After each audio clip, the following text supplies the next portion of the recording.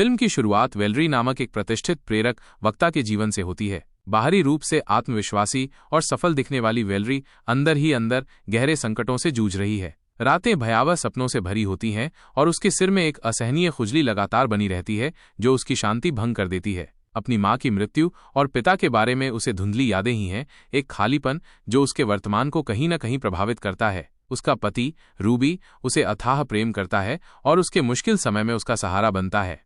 एक दिन वेलेरी को अपने पैतृक गांव से एक अप्रत्याशित पत्र मिलता है जिसने उसके मन में उदासी की एक गहरी लहर पैदा कर दी। वह अपनी एक दोस्त से मिलती है लेकिन उसका मन किसी भी तरह से सामान्य नहीं हो पाता। उसे अपने शरीर में अजीब तरह के बदलाव महसूस होने लगते हैं।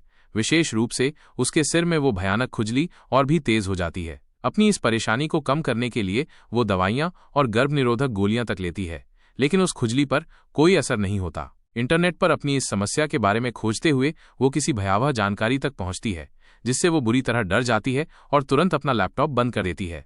इसके बाद वेलेरी के घर में अचानक असंख्य चींटियां दिखाई देने लगती हैं जिनकी उपस्थिति का उसे कोई अंदाजा नहीं होता। उन चींटियों का पीछा करते हुए चींटियों द्वारा बनाया गया एक जटिल और भयानक घर देखती है जिसे देखकर वो दहशत से भर जाती है। अगले दिन वेलेरी को एक महत्वपूर्ण अंतर्राष्ट्रीय दौरे पर जाना होता है जिसके लिए उसे अपने जन्म प्रमाण पत्र की आवश्यकता होती है। अपने दस्तावेजों में उसे वो नहीं मिलता, इसलिए वो अपनी आंटी के पास मदद के लिए जाती है। उसकी आंटी उसे उसकी मां द्वारा छोड़े गए एक रहस्यमय बक्से के बारे में बताती है और उस लॉकर का पता देती है जहां वह रखा गया था। वेलेरी निराश होकर घर लौट आती है और उसके सिर में वो असहनीय खुजली फिर से शुरू हो जाती है। डॉक्टरों को भी उसकी इस अजीब बीमारी का कोई निदान नहीं मिल पाता। उसे ऐसा लगने लगता है कि ये कोई आनुवंशिक समस्या हो सकती है, शायद उसकी मां को भी ऐसा ही कुछ होता होगा। अपने आगामी दौरे की तैयारियों पर ध्यान केंद्रित करने के लिए वो अपने पिता से मिलने उनके गांव जाती है। उसके पिता, जो कभी एक सैनिक थे, अब अकेले और गुमसुम जीवन बिता रहे हैं। वेलेरी उनसे उस बक्से के बारे में पूछती है लेकिन वो सीधे तौर पर मना कर देते हैं कि उन्हें इसके बारे में कोई जानकारी नहीं है। उनके कमरे में एक अजीब सी पेंटिंग लगी होती है जिसके बारे में पूछने पर उसके पिता उसे सांची नामक एक परजीवी की भयानक कहानी सुनाते हैं। वो बताते हैं कि सांची इंसानों की आध्यात्मिक ऊर्जा पर जीवित रहता है और धीरे धीरे उन्हें भीतर से खोखला कर देता है। वेलेरी जाने से पहले चुपके से अपने पिता की चाबी चुरा लेती है और उनके लॉकर में जाती है। वहां उसे वो रहस्यमय बक्सा तो नहीं मिलता लेकिन उसका जन्म प्रमाण पत्र जरूर मिल जाता है। लौटते समय उसे एक सुनसान गोदाम से एक बच्चे के रोने की कमजोर आवाज सुनाई देती है और उसे ऐसा लगता है कि कोई पानी में डूब रहा है। उस आवाज का पीछा करते हुए वो एक अंधेरे स्टोर रूम तक पहुंचती है। अचानक उसे ऐसा महसूस होता है कि पीछे से कोई बुरी आत्मा उसे पकड़ने वाली है। वह डर जाती है लेकिन जब वह पीछे मुड़कर देखती है तो उसे वहां केवल एक सुरक्षा गार्ड दिखाई देता है। घर वापस आकर वो अपने पिता के लॉकर से लाई हुई चीजों को देखती है जिनमें उसके परिवार की पुरानी तस्वीरें भी शामिल होती हैं। उन तस्वीरों को देखते हुए उसे अचानक ये एहसास होता है कि उसे अपनी मां की मृत्यु के वास्तविक कारणों के बारे में कभी कुछ नहीं बताया गया। तस्वीरों में वो अपनी मां के हाथ पर ठीक वैसा ही एलर्जी का निशान देखती है जैसा उसने इंटरनेट पर अपनी एलर्जी के बारे में खोजते समय देखा था। इस खोज से उसे यकीन हो जाता है कि उसकी वर्तमान बीमारी किसी न किसी तरह से उसकी मां से जुड़ी हुई है। वेलेरी का स्वभाव चिड़चिड़ा हो जाता है और वो अपने प्यारे पति रूबी से भी ठीक से बात नहीं करती। एक रात वो अनजाने में अपने हाथों पर दस्ताने पहनकर उन्हें बांधकर सो जाती है ताकि नींद में भी वो अपने सिर को न खुजा सके। लेकिन सुबह उठने पर उसे दस्ताने गायब मिलते हैं और उसने नींद में अपने सिर को बुरी तरह से खुजाकर खून निकाल लिया होता है। वो अपनी मां की एक पुरानी तस्वीर लेकर अपनी आंटी के पास जाती है जो उसे बताती है कि उसकी मां पर किसी भयानक श्राप का साया था जिसकी वजह से उसकी असामयिक मृत्यु हुई। उसकी आंटी उसे अपने पिता से दूर रहने की सख्त सलाह देती है। एक व्यावसायिक फोटोशूट के दौरान वेलेरी अपनी परछाई के साथ एक और अस्पष्ट परछाई देखती है और बुरी तरह डर जाती है। एक दिन दवाइयों का दराज खोलते समय रूबी को उसकी गर्भ निरोधक गोलियां दिख जाती हैं जिससे उनके बीच तीखी बहस और लड़ाई होती है। गुस्से में वेलेरी रूबी से कुछ समय के लिए उससे दूर रहने के लिए कह देती है। अब वेलेरी घर में अकेली रहती है और रात में अपने हाथ बांधकर सोने के बावजूद सुबह वो उन्हें खुला हुआ पाती है और उसके सिर से खून बह रहा होता है। उसे दृढ़ विश्वास हो जाता है कि उसके साथ जो कुछ भी हो रहा है उसमें किसी बाहरी और अदृश्य शक्ति का हस्तक्षेप है। वो अपने घर में फिर से उन रहस्यमय चींटियों को देखती है और उनका पीछा करते हुए उस अजीबोगरीब जगह तक पहुंचती है जहां उनका घर बना हुआ था। दीवार तोड़ने पर उसके पिता अचानक वहां आ जाते हैं जो उसकी बिगड़ती हुई हालत को लेकर बहुत चिंतित थे। वो उसे उसकी मां के बारे में एक भयानक सच्चाई बताते हैं कि कई साल पहले उन्होंने एक दुश्मन सैनिक को मार दिया था जिसकी दुष्ट आत्मा उनके अंदर प्रवेश कर गई और उनकी वजह से ही वो वेलेरी की मां से जुड़ गई। वो एक संशी थी। उन्होंने उसकी माँ को उस बुरी शक्ति से बचाने की हर संभव कोशिश की, लेकिन वे नाकाम रहे। फिर वेलरी का जन्म हुआ और वो संशी अब उसके अंदर आ गया। उसके पिता ने खुलासा किया कि उन्होंने ही उसकी चाय में नींद की गोलियां मिला दी थी ताकि वो शांत हो सके, और जब वो उठी तो उसे सब कुछ याद आ गया।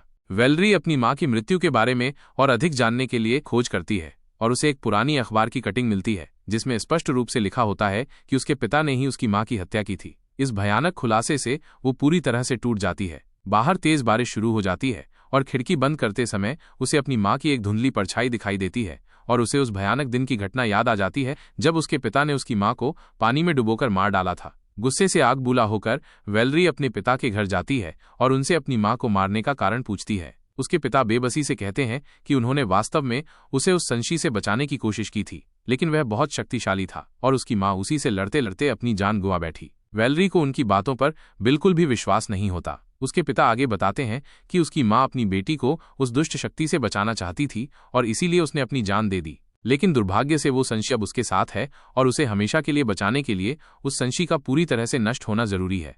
वेलरी बुरी तरह डर जाती है और बदहवास होकर घर लौट जाती है। अगले दिन उसका एक बहुत बड़ा और महत्वपूर्ण सेमिनार होता है। वो अपने सिर की खुजली को छिपाने के लिए एक कैप पहनकर जाती है ताकि वो मंच पर असहज महसूस न करे। अपनी स्पीच के दौरान उसे शीशे में अपनी परछाई के साथ एक और भयानक परछाई दिखाई देती है, जिसे पहचानकर वो दहशत से भर जाती है और मंच पर गिर पड़ती है। वो दर्द से तड़पने लगती है और अपने सिर को बुरी तरह से खुजाने लगती है। शर्मिंदा और अपमानित महसूस करते हुए वो मंच छोड़कर भाग जाती है।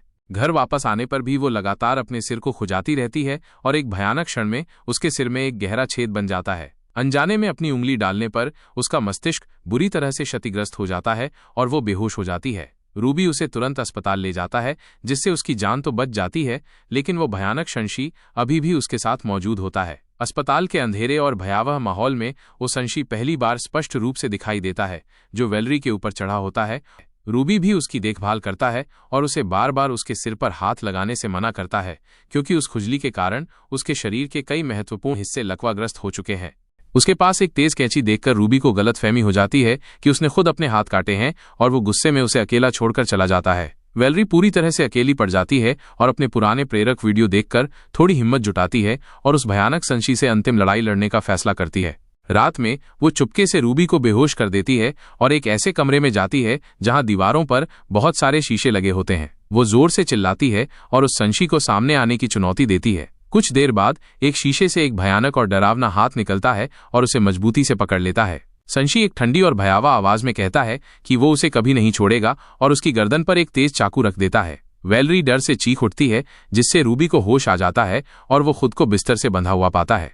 वेलरी अब एक भयानक निर्णय लेती है। वो अपना हाथ काटने की तैयारी करती है ताकि वो कभी भी अपने सिर को न खुजा सके। वो कई बार हिम्मत जुटाने की कोशिश करती है, लेकिन हर बार डर उसे रोक लेता है। अंत में वो अपनी सारी शक्ति और साहस को इकट्ठा करती है और एक तेज मशीन के नीचे अपना हाथ रखकर कटर चला देती है। खून की धार उसके चेहरे पर गिरती है और उसे असहनीय दर्द होता है। खून रोकने के बाद वो अपना दूसरा हाथ काटने की सोचती है, लेकिन तभी वो संशी उसे पीछे से पकड़ लेता है। वेलरी इस बार डरती नहीं है और उसका हाथ उसी घातक कटर के नीचे कर देती है। कमरे से आ रही अजीब आवाजों को सुनकर रूबी बेचैन हो जाता है। वेलरी मशीन उठाकर उस संशी पर हमला करती है, लेकिन उसके कटे हुए भयानक हिस्से तुरंत दोबारा उगने लगते हैं। वेलरी डरकर भागने की कोशिश करती है, लेकिन संशी उसे पकड़ लेता है और कहता है कि वो उसे कभी नहीं छोड़ेगा। वेलरी अपनी हार मान लेती है और कहती है कि अब कोई नहीं बचेगा और खुद को घसीटते हुए पास के एक पानी के टैंक में कूद जाती है। वेलरी के पानी में कूदते ही वो दुष्ट संशी भी उसके पीछे पानी में कूद जाता है, लेकिन पानी उस भयानक परजीवी का सबसे बड़ा दुश्मन होता है। पानी के संपर्क में आते ही वो बुरी तरह से तिलमिलाने लगता है और कमजोर पड़ने लगता है। वेलरी तुरंत उसका हाथ पकड़ लेती है और उसे पानी से बाहर निकलने से रोकने की कोशिश करती है। तभी उसे अचानक ये एहसास होता है कि उसकी माँ भी उसी संशी को मारने के लिए उस पानी में कूदी थी और उसकी दर्दनाक मौत में उसके पिता का कोई भी हाथ नहीं था। रूबी आखिरकार खुद को बंधनों से छुड़ा लेता है और वेलरी को पानी में डूबता हुआ देखकर तुरंत उसे बाहर निकाल लेता है। उसके हाथ में उस संशी का एक छोटा और कमजोर रूप होता है, जो पानी के संपर्क में आते ही पूरी तरह से घुल जाता है। फिल्म के पोस्ट क्रेडिट सीन्स में वेलरी को एक प्यारे बच्चे के साथ दिखाया जाता है। उसका कटा हुआ हाथ चमत्कारिक रूप से ठीक हो गया होता है और वो अपने बच्चे के साथ खुशहाल जीवन बिता रही होती है। जब वो अपने छोटे बेटे को खाना खिला रही होती है तो अचानक उसके बेटे के चेहरे पर एक छोटा सा भयानक कीड़ा दिखाई देता है।